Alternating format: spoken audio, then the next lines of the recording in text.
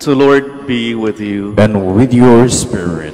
A reading from the Holy Gospel according to Luke. Glory to you, O Lord. Tax collectors and sinners were all drawing near to listen to Jesus. But the Pharisees and the scribes began to complain, saying, "This man welcomes sinners and eats with them." So to them, Jesus addressed this parable. A man had 2 sons. The younger son said to his father, "Father, give me the share of your estate that should come to me." So the father divided the property between them. After a few days, the younger son collected all his belongings and set off to a distant country, where he squandered his inheritance on a life of dissipation. When he had freely spent everything, a severe famine struck that country, and he found himself in dire need. So he hired himself out to one of the local citizens, who sent him to his farm to tend the swine.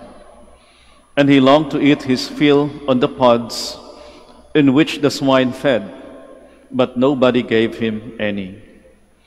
Coming to his senses, he thought, "How many of my father's hired workers have more than enough food to eat, but here am I, dying from hunger. I shall get up and go to my father and say to him, 'Father, I have sinned against heaven and against you. I no longer deserve to be called your son. Treat me as you would treat one of your hired workers.' So he got up and went back to his father. While he was still a long way off, his father caught sight of him and was filled with compassion. He ran to his son, embraced him, and kissed him. His son said to him, 'Father, I have sinned against heaven and against you. I no longer deserve to be called your son.' But his father ordered his servants, 'Quickly, bring the finest robe and put it on him. Put a ring on his finger and sandals on his feet. Take the fattened calf and slaughter it. Then let us celebrate with the feasts, because this son of mine was dead and has come to life again. He was lost and has been found.' Then the celebration began. Now the older son had been out in the field, and on his way back, as he neared the house, he heard the sound of music and dancing. He called one of the servants and asked what this might mean. The servant said to him, 'Your brother has returned, and your father has slaughtered the fattened calf, because he has him back safe and sound.'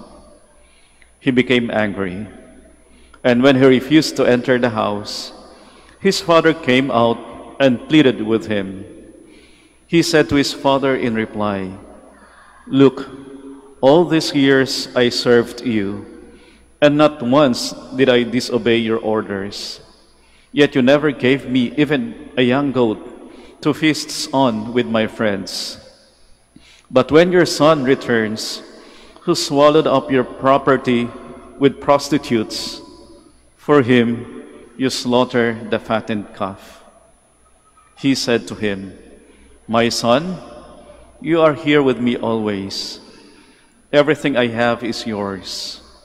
But now we must celebrate and rejoice, because your brother was dead and has come to life again. He was lost and has been found.'" My dear sisters and brothers, the Gospel of the Lord. Praise to you, Lord Jesus Christ. Please be seated. Kapansin-pansin ho na mahaba ho yung ating ebanghelyo sa araw na ito. No? Parang next to Palm Sunday Gospel. Mahaba ho yung ating ebanghelyo sa araw na ito na tinatawag ho natin the parable of the prodigal son. Mahaba ho yung ebanghelyo dahil yung kwento sa ebanghelyo ay madrama.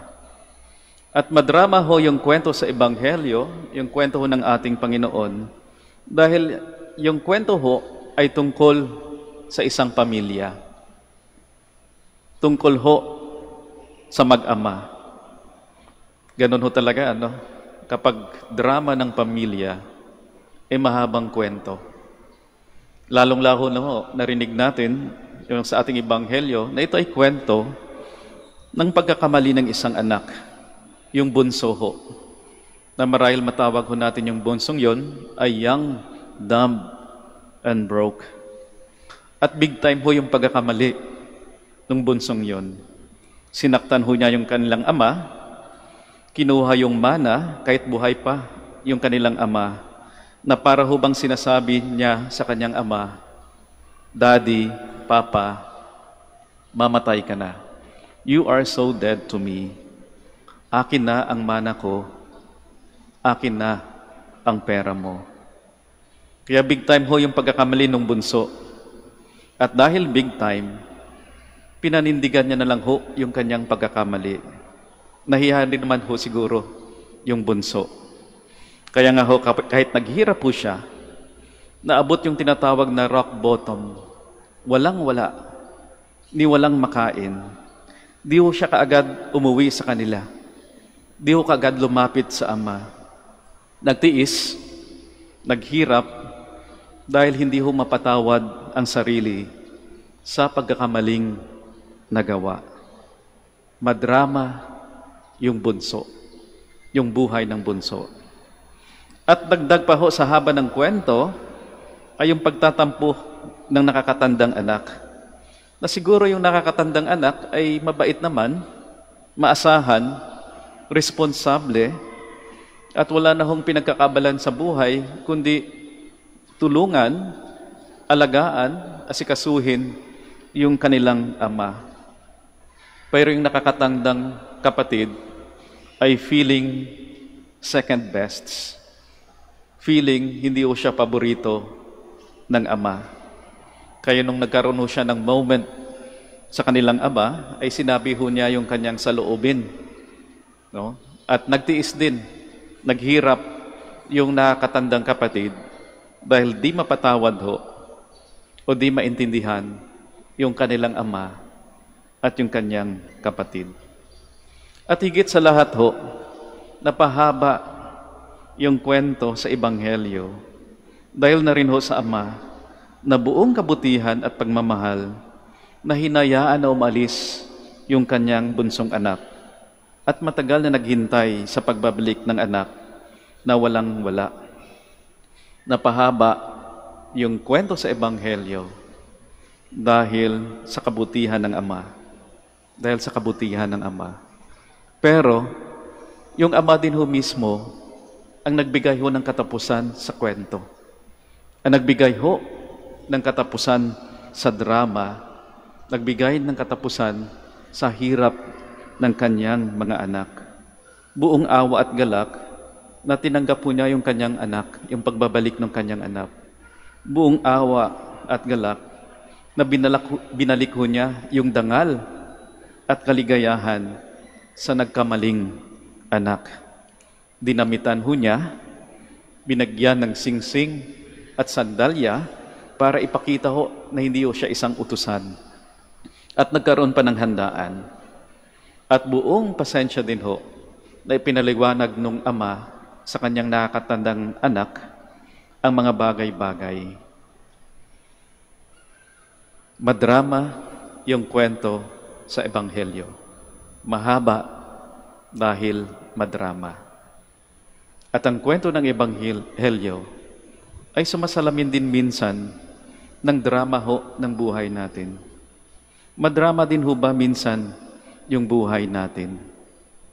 Nagkamali din ho ba tayo minsan? At big time na pagkakamali. Nagkamali din ho ba yung ibang tao sa atin? Big time ho ba yung pagkamali nila sa atin? Nasaktan ho ba tayo? At sinaktan din ho ba natin yung iba?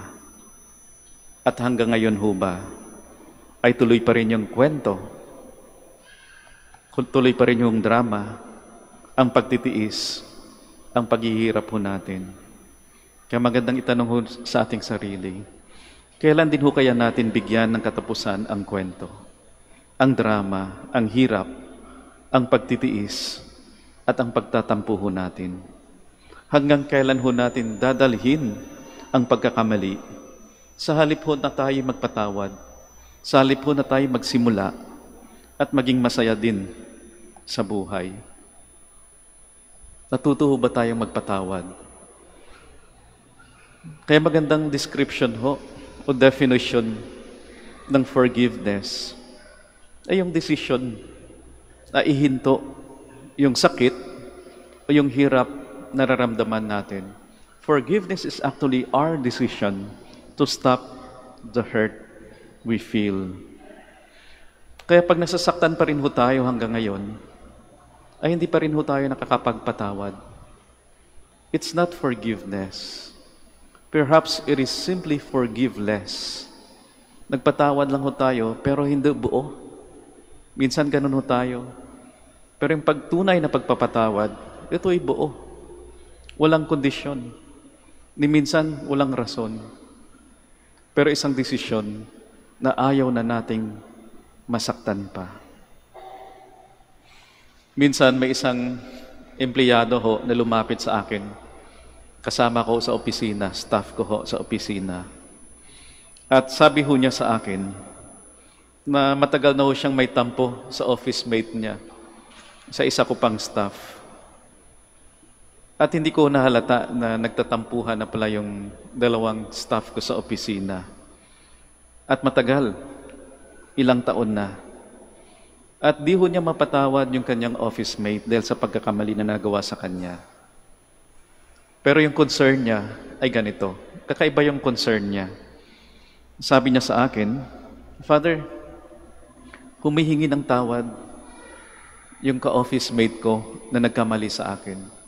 Yung office mate ko na nakasakit sa akin. Father, ganun na lang ba yun kadali? Matagal kong tiniis. Matagal kong dinala yung tampo ko. Bigla ko na lang ba bibitiwan? Alam ba niya kung gaano kahirap yung pinagdaanan ko? Parang ayaw ko pa magpatawad, Father. Gusto ko na maramdaman din muna niya yung hirap na pinagdaanan ko. Yun po yung concern niya, na humihingi ng tawad yung office mate niya at parang ayaw pa niyang patawarin.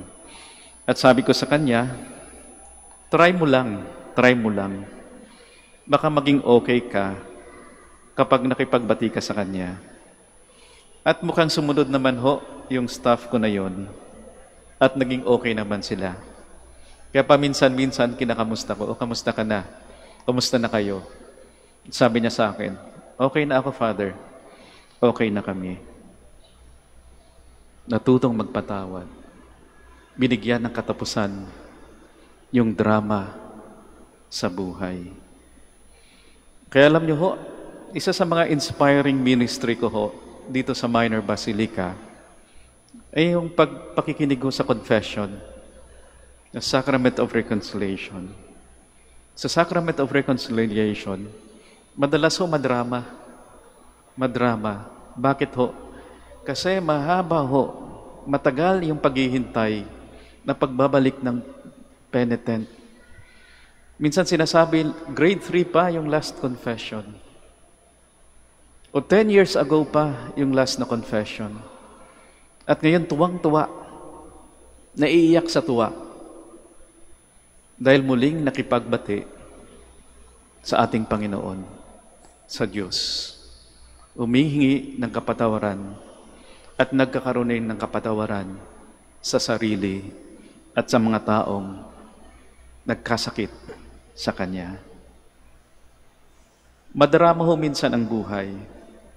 Pero sana ho, huwag na natin pahabain pa ang kwento ng pagtitiis at hirap dahil sa pagkakamali at sa tampo. Be reconciled with God. Yun po yung panawagan ng ating Panginoon sa atin. Be reconciled with Him and with those who hurt us or to those we hurt. Sana nga ho yung drama ng buhay natin ay magtatapos din ho. Soon, sa madaling panahon, magtatapos din sa paanyaya ng ating Panginoon sa atin. We must celebrate and rejoice because your brother or your sister was dead and has come to life again. He or she was lost and has been found. We must celebrate and rejoice because you were dead and had come to life again. You were lost and have been found.